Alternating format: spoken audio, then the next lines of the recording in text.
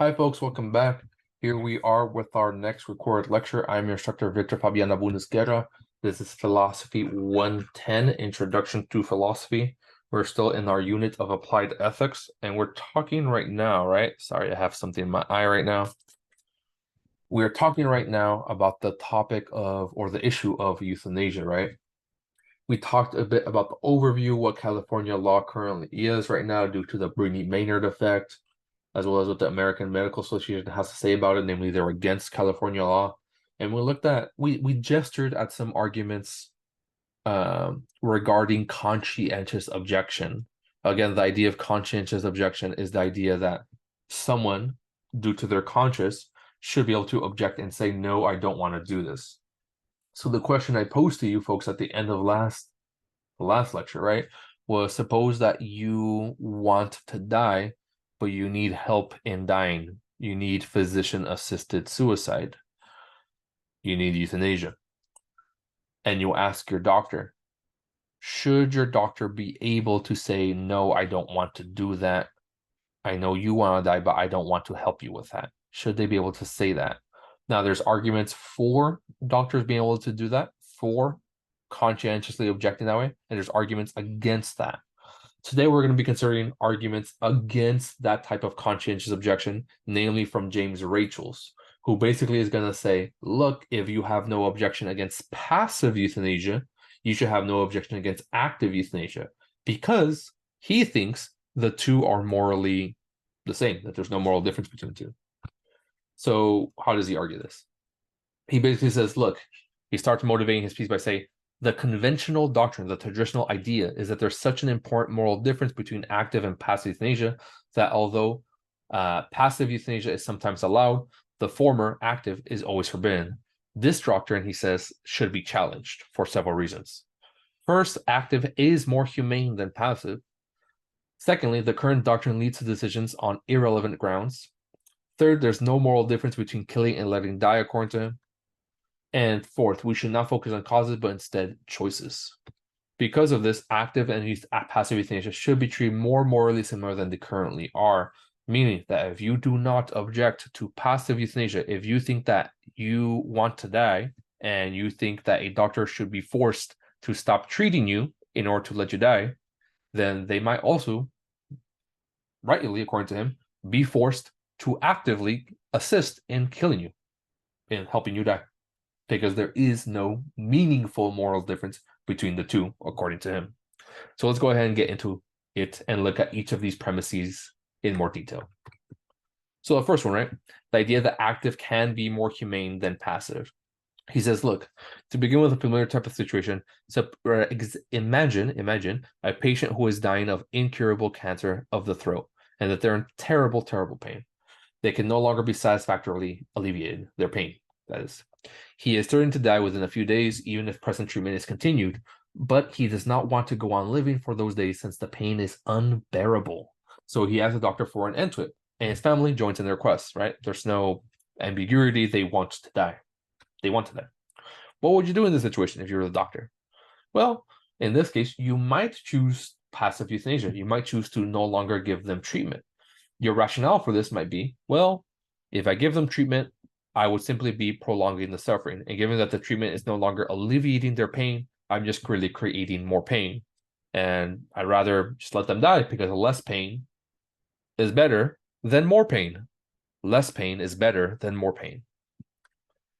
But if this is your rationale, he says, why don't you just opt for active euthanasia? If what's going through your head is, I want to cause this patient the least amount of suffering because they're already in unbearable pain and this pain can't be alleviated, then if you continue treating them, they might be suffering for weeks or months. If you stop treating them, then they might continue suffering for a few days, maybe a week.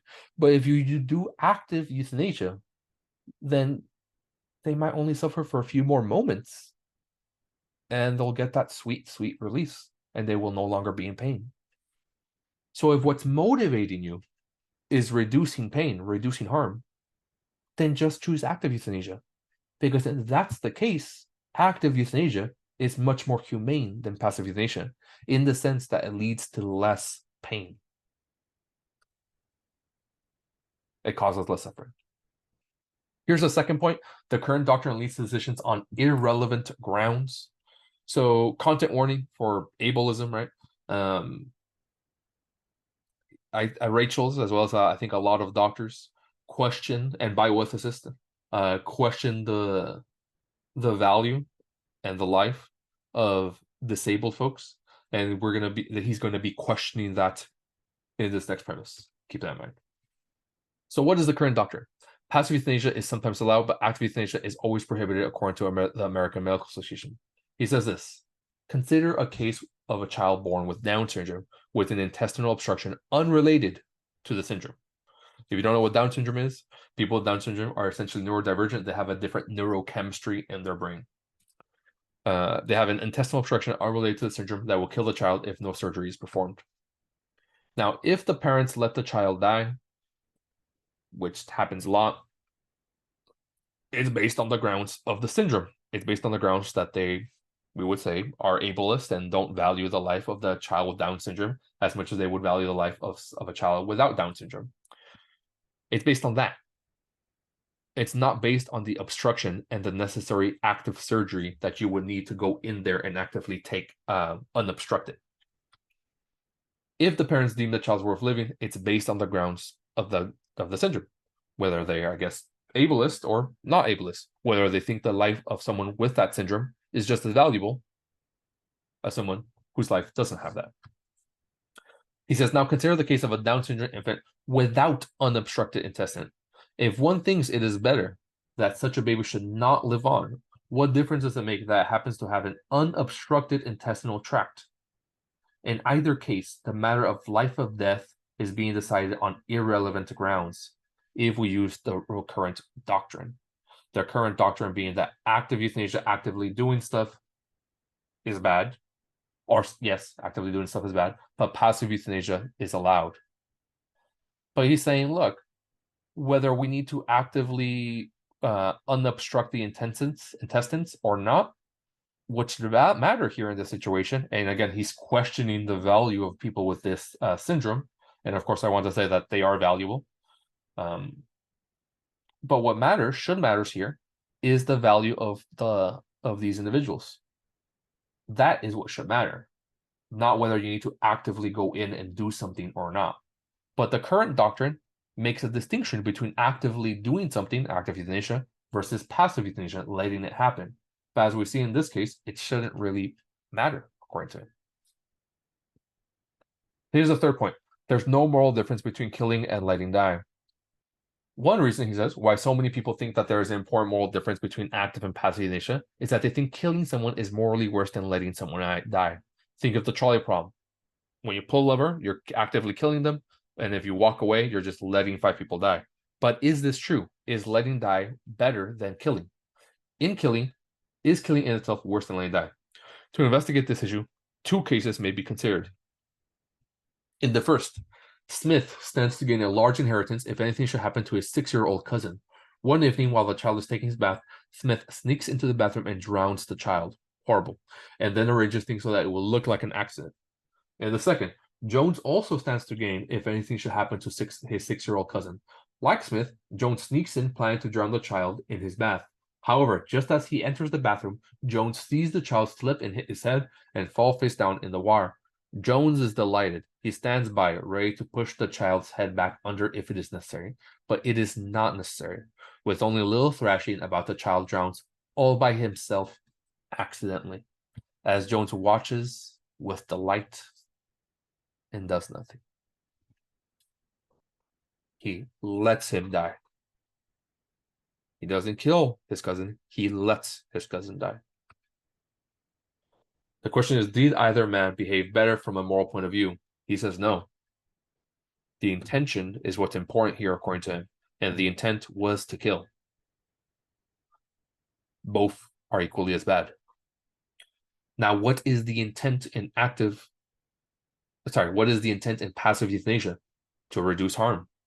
Now, what is the intent in active euthanasia? To reduce harm. So they both have the same intent, so they both should be treated the same, according to him. Just like these 2 situations are treated the same because of the intent. You should need to look at the intent, or according to Rachel's. Finally, the fourth one. We should not focus on causes. Instead, we should focus on choices. Rachel stops here to consider an objection. The important difference between active and passive euthanasia is that in the passive euthanasia, the doctor does not do anything to bring about the patient's death. The doctor who gives the patient with cancer a lethal injection has himself caused his patient's death.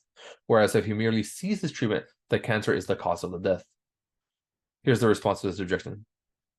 To begin with, it's not clear that the doctor does not do anything. They still do something, namely they make a choice in their brain, right? And that, has a electrical signal. You can measure that to some extent. There is something physical happening to some extent there.